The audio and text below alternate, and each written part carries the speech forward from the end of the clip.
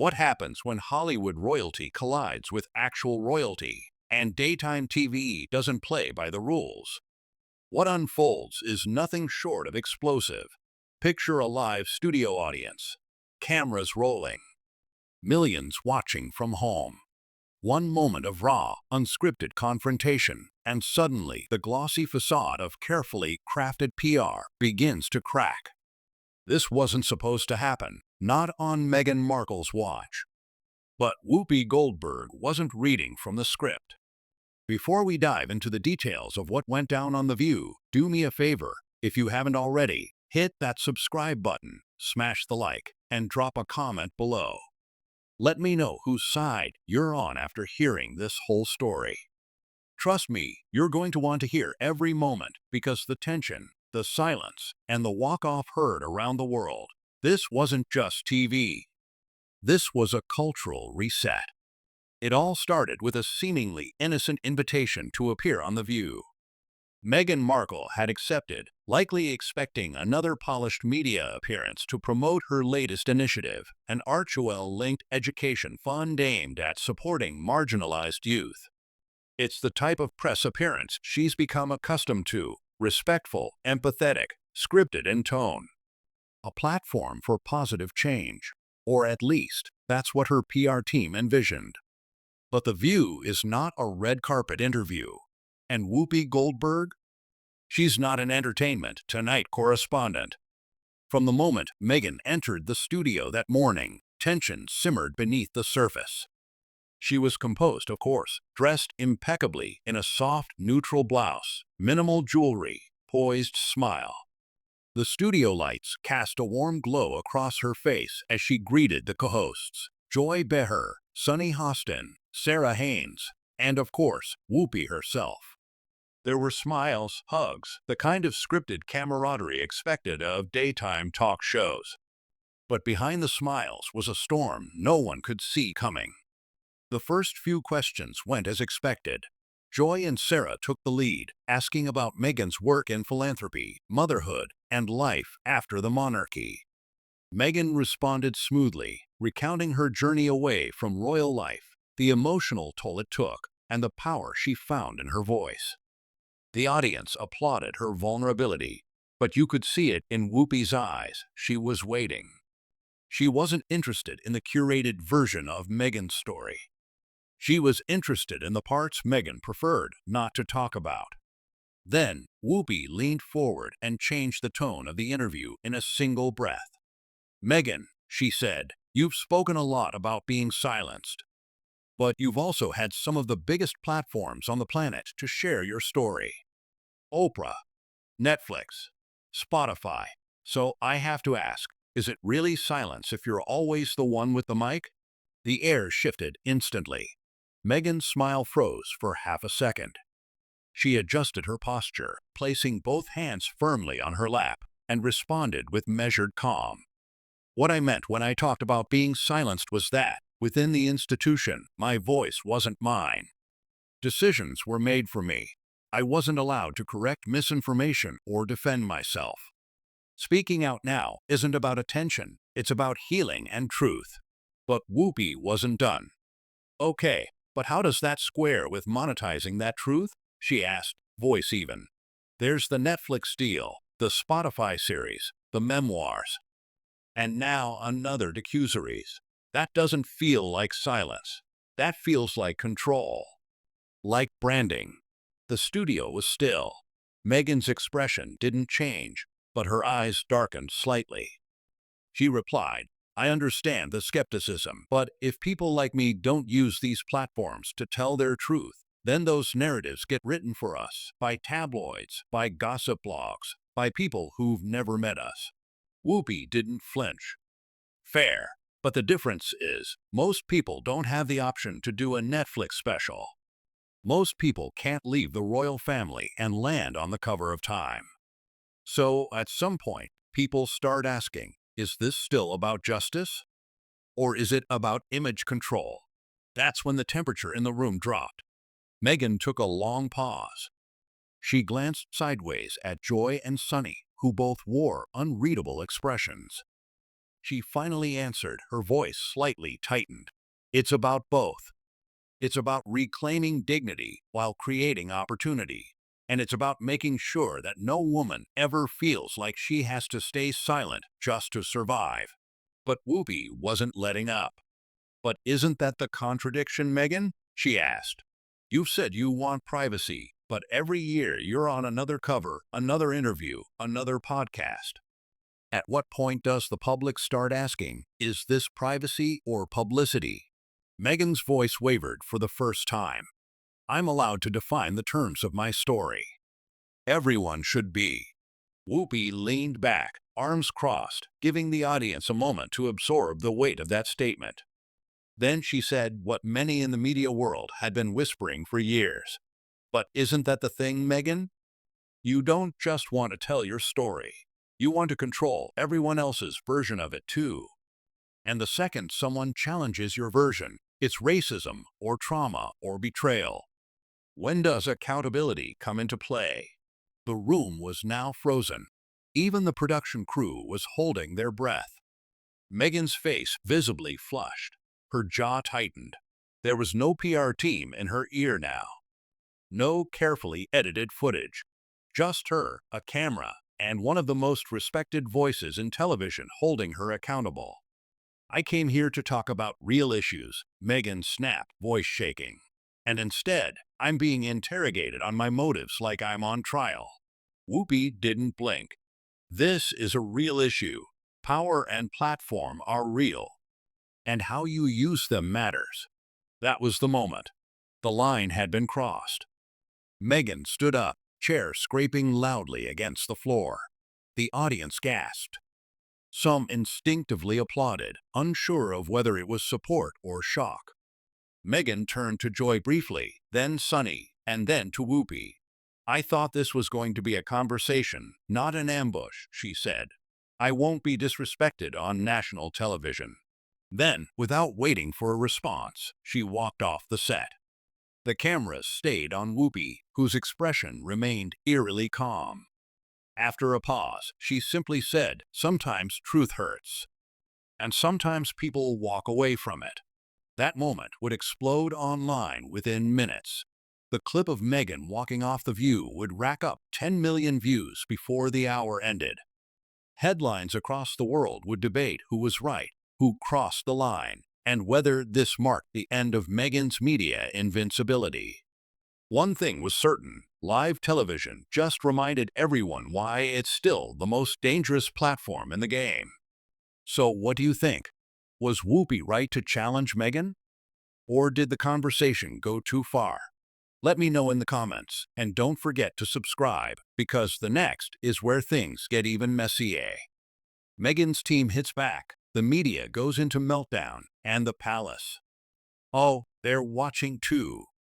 Within hours of Meghan Markle's abrupt exit from The View, the media machine kicked into overdrive. News outlets scrambled to dissect every facial expression, every word exchanged between her and Whoopi Goldberg. Headlines ranged from daytime drama, Meghan Markle storms off set, to Whoopi Goldberg dismantles Duchess with brutal honesty. Everyone had an opinion.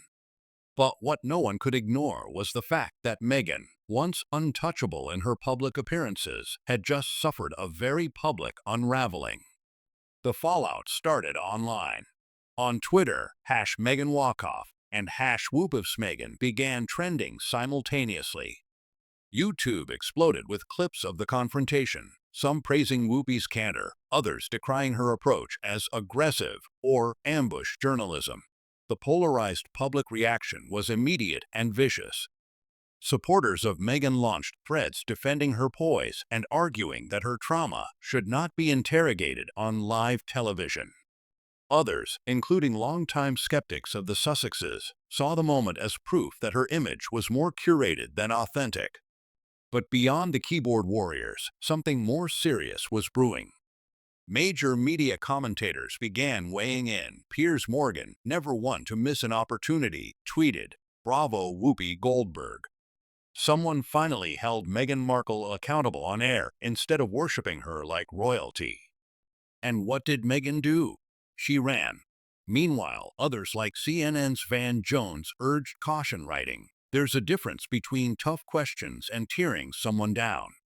Let's not pretend this is a win for journalism." Backstage at The View, the tension was palpable. Producers scrambled to handle the PR nightmare. They hadn't expected Meghan to walk out, nor had they predicted the scale of public attention the segment would generate. ABC executives were reportedly divided, some concerned the show had crossed a line, others thrilled by the ratings spike and viral traction. Whoopi, for her part, remained cool under pressure. When asked by reporters outside the studio if she regretted anything she said, she offered a brief, cutting response: "I ask questions. If people can't handle the answers, maybe they're not ready for real conversation." That quote would circulate as fast as Meghan's tearful exit had. It was clear Whoopi wasn't backing down. Meanwhile, Meghan's team went into full damage control. A carefully worded press release was sent out by Archewell later that evening. The Duchess of Sussex appeared on The View to discuss her work in the area of women's rights and youth education. Unfortunately, the tone of the segment shifted away from those goals and into an unnecessarily hostile environment. Meghan remains committed to using her voice to empower, not to be baited into conflict. The message was subtle but clear: she had been ambushed. But the problem was, the footage didn't lie. Audiences had watched the entire segment unfold, unedited. They saw the moment Meghan's calm demeanor cracked. They saw Whoopi's pointed, though not explicitly cruel, questions. It wasn't a one-sided attack. It was a conversation that veered into uncomfortable truths. And the world had seen a side of Meghan Markle that had rarely, if ever, been exposed under such harsh lighting. Behind closed doors, Hollywood insiders whispered about the long-term implications. Some claimed Netflix executives were nervous. Meghan and Harry were reportedly in talks for a second docuseries, and moments like this didn't exactly inspire confidence in her ability to navigate public backlash. Others said the incident would only increase interest. "People are fascinated when public figures fall apart," one unnamed agent told Variety. "And if they come back from it, even better. It's the redemption arc America loves." Across the Atlantic, the British tabloids were having a field day. The Daily Mail splashed a full-page photo of Meghan mid-exit under the headline, "Markle Mayhem. Duchess storms out of U.S. talk show after clash with Goldberg." The Sun ran with, "Meghan can't take the heat." Even more measured outlets like the BBC covered the moment in detail, noting the stark contrast between Meghan's previous media appearances and this very public unraveling. But perhaps the most surprising development came from within the palace. Though Buckingham Palace has long maintained a policy of never complain, never explain, palace insiders began leaking tidbits to the press. "It's telling, isn't it?" one anonymous source told The Times. "For years, we were painted as the villains. And yet, here she is, cracking under a bit of tough questioning." Maybe the narrative wasn't as simple as it seemed.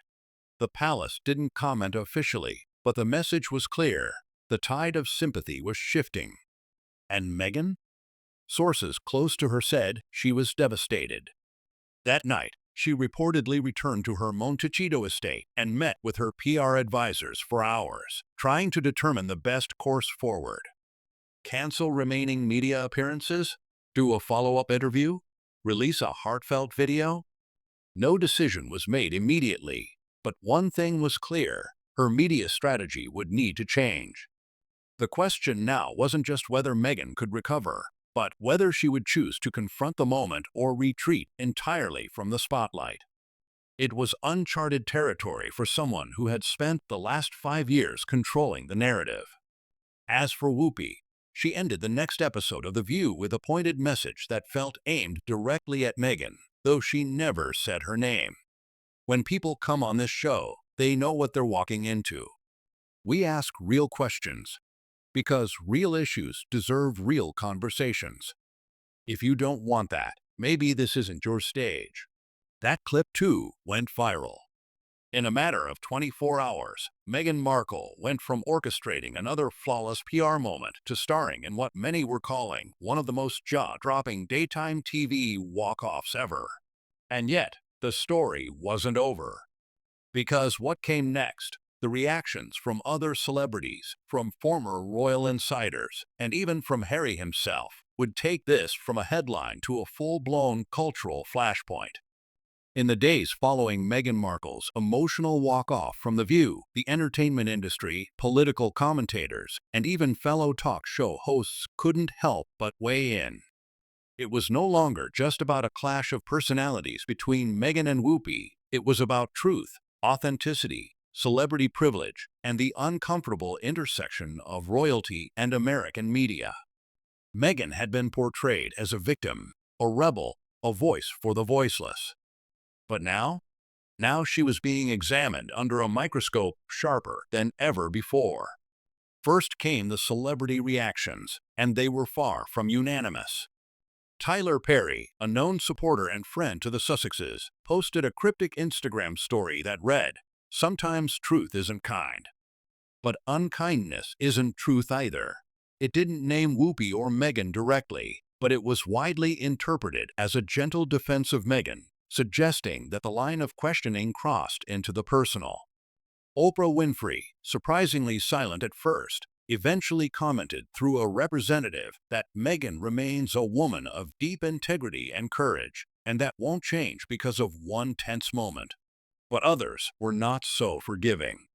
Comedian Kathy Griffin, known for her unfiltered takes, tweeted, "It's daytime TV, not Buckingham Palace. If you can't handle Whoopi asking basic questions, what business do you have calling yourself a public figure?" That tweet gained over 150,000 likes in a single day and was shared by several mainstream journalists who had long suspected Meghan of curating her image too carefully to withstand any real scrutiny. The most unexpected reaction came from another daytime host, Sharon Osbourne. Appearing on a British talk segment, Sharon didn't hold back. "Meghan is very calculated. She knows exactly what she's doing, and when it doesn't go her way, suddenly it's trauma or hostility. You can't cry wolf every time someone pushes back." That interview quickly gained traction online, with users split between calling Osbourne brave and labeling her bitter. Inside Meghan's inner circle, the atmosphere was tense. Archewell, the Sussex Media Foundation, was scrambling to find a way to reframe the narrative. Several scheduled media appearances were either postponed or outright cancelled. Insiders said Meghan was visibly shaken by the unexpected public backlash. For someone who had so carefully managed her public persona through documentaries, magazine features, podcast episodes, and carefully coordinated charity visits, this moment felt like the unraveling of years of tightly spun image-making. Harry was reportedly furious, not just at Whoopi, but at the American media machine that had, in his eyes, turned on them just as brutally as the British press once had. According to sources close to the couple, Harry urged Meghan to walk away from all this for a while, suggesting they take time off to refocus and reconsider how visible they wanted to be. "We came here for peace," he was said to have remarked to a friend, "not for this circus." But peace was the last thing on the horizon. As the internet churned through memes, hot takes, and reaction videos, the story became something far bigger than the 10-minute segment that had sparked it. Think pieces started popping up in publications from The Atlantic to BuzzFeed News. One particularly viral column titled "The Price of Vulnerability" explored whether Meghan's constant media presence had cheapened her message. "You cannot claim to be traumatized by the spotlight," the writer argued, "when you keep stepping directly into it." Even Meghan's most loyal fans found themselves divided. On Reddit forums and Facebook groups, conversations turned introspective. "I love her," one user posted, "but it's getting harder to defend some of these decisions. If she's hurting, why go on TV at all? Why not just live privately?" That comment had over 2,000 upvotes and led to a thread of conflicting emotions: admiration, fatigue, sympathy, and skepticism, all jumbled together. Meanwhile, Whoopi Goldberg remained composed. Though she refrained from doing a follow-up interview, she addressed the incident in her signature style during the next episode of The View. "We have real conversations here. That's what this table is for," she said firmly. "And if someone doesn't like the questions, that's not my problem. That's the job." The studio audience erupted in applause. Whether one agreed with her or not, Whoopi wasn't pretending to be anyone else. The story soon took another twist. An unaired segment from Meghan's appearance was leaked. A backstage clip showing her in the green room, wiping away tears while asking her team, "Why did she come at me like that?" The clip quickly went viral, but not in the way her team hoped. Instead of sympathy, the internet latched onto the phrase "come at me," mocking Meghan for implying the interview was a personal attack rather than a journalistic moment. "It's The View, not Survivor," one tweet read. "No one ambushed you, you just weren't ready for real talk." This backlash seemed to mark a shift in public patience. For the first time, Meghan and Harry's attempts to control the narrative were being questioned en masse. No longer were they guaranteed the benefit of the doubt. Every statement, every photo, every appearance was now being scrutinized for performative undertones. Still, there were those who remained loyal. Women's rights organizations released statements emphasizing the importance of protecting public figures from media aggression disguised as commentary. Meghan's fans flooded Whoopi's Instagram with comments ranging from disappointed to outright angry. But for every critic of Whoopi, there were 10 who applauded her for doing what they believed journalists had failed to do for years: hold Meghan Markle accountable without coddling her. Even former palace staff, long silent, started speaking anonymously to the press. "It's ironic," one former aide said. "She left the royal family claiming she needed her voice. Now, someone else uses theirs, and she walks off. You can't be the only one allowed to talk." And this was the turning point. Not because Meghan cried on live television. Not because Whoopi stood her ground. But because the moment peeled back the final layer of polished PR and asked the audience a tough question. Was Meghan truly misunderstood? Or had the world just finally stopped letting her control the lens? As the dust settled, one thing was clear: the world was watching differently now. With more skepticism, perhaps, with sharper questions, and with less interest in fairy tales. The next move had to be strategic. Meghan and Harry would need to decide if this stumble was an opportunity to rebuild or a reason to disappear. And what came next would surprise everyone. The final days of the Meghan-Whoopi saga didn't unfold with a formal apology, a joint statement, or any diplomatic handshake.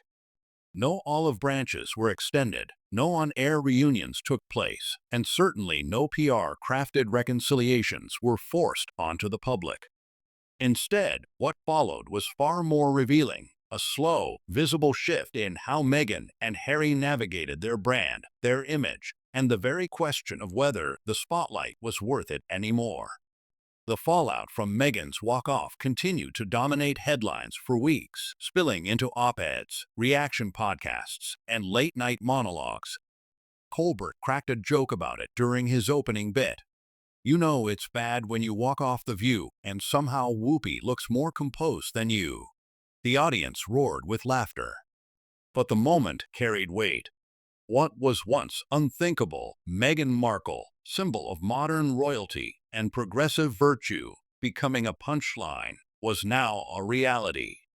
Behind closed doors at Archewell, the tone shifted from crisis mode to long-term damage control. Advisors, branding consultants, and media strategists worked frantically to construct a pivot. One idea floated: a podcast relaunch, rebranding Meghan's voice in a more unfiltered way. Another proposal suggested taking a year of silence, disappearing from public life altogether to regain mystique. According to insiders, Harry was leaning toward the latter. "He feels like this just keeps happening," a source confided. "Every time they open up, it turns into a circus." He's exhausted. But Meghan?